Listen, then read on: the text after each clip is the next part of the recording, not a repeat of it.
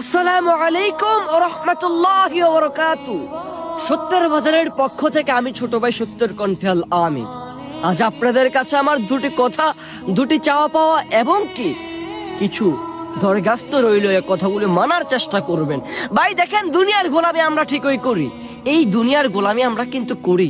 আপনি চাইলে কিন্তু দুনিয়ার গোলামি করতে পারেন, তবে আপনি চাইলেই কিন্তু আবার আখিরাতের গোলামিও করতে পারেন।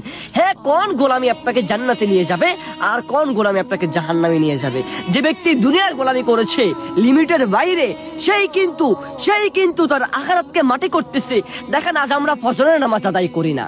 আল্লাহ তাআলা ভোর 3টা ভোর 2টা ডাকে, বান্দা আসো, আমি প্রথম আসমানে চলে আসছি, তুমি কি চাও আমার কাছে চাও, আমি মালিক তোমাকে দিব। আল্লাহ তাআলা বলেন না, তাহাজ্জুদ নামাজ তো পড়িয়ে না, তো মসজিদে ইমাম সাহেব বলেন কিংবা মুয়াজ্জিন সাহেব বলেন, তারা ডাকে, আজান দেয়, হ্যাঁ, যে আসুন সফলতার দিকে আসুন, হ্যাঁ, নাজাতের দিকে আসুন, আল্লাহ মহান ডাকতেছে, আর আপনি ঘুমাচ্ছেন। আরে ঘুমান না, এই ঘুমই হইতে পারে আপনার শেষ ঘুম, এই ঘুমই হতে পারে আপনার জীবন ধ্বংসের কারণ।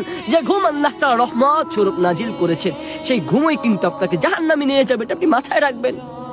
আমার সত্যের বাজারে যতজন ভালোবাসার মানুষ আছেন, ইনশাআল্লাহ আমাকে কি দেখতে পারেন না পারেন, ভালোবাসেন না বাসেন, এটা কোনো দরকার না, আমাকে ভালোবাসার কোনো দরকার না। আপনারা শুধু আল্লাহ তাআলার দ্বীনটাকে একটু সহি ভাবে মানার এবং বোঝার চেষ্টা করুন। এই সত্যের বাজার মানেই শুধু একটা বিজনেস শপ না, বরঞ্চ এটা একটা দিন প্রচারের অন্যতম একটা ঘাঁটি হিসাবে ইনশাআল্লাহ আপনাদের যারা বেঈমান আছেন তাদের কথায় কান না দিয়ে ইনশাআল্লাহ এই সত্যের বাজার একদিন অনেক দূর চলে যাবে।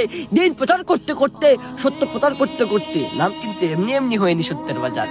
সবার কাছে আমার অনুরোধ, প্লিজ ফজর নামাজ আদায় করবেন, জোহর নামাজ আদায় করবেন, আসর নামাজ আদায় করবেন, মাগরিবের নামাজ আদায় করবেন, এশার নামাজ আদায় করবেন, হারাম খাবেন না, হালাল খাবেন, মানুষের সাথে সদ্ব্যবহার করবেন, মানুষের সাথে কখনো 2 নম্বরই করবেন না, মানুষের সাথে কখনো বেঈমানি করবেন না, মানুষকে কখনো আঘাত দিবেন না, মানুষের হক কখনো মেরে খাবেন না, মানুষকে এমন কোনো কথা বলবেন না যেটা তার হৃদয়ে আঘাত করবে, তাকে কষ্ট দেয়, মানুষের সফলতা নিয়ে কখনো হিংসা করবেন না, বরঞ্চ ইনশাআল্লাহ দিনের পথে ফিরে আসার চেষ্টা করবেন ইনশাআল্লাহ।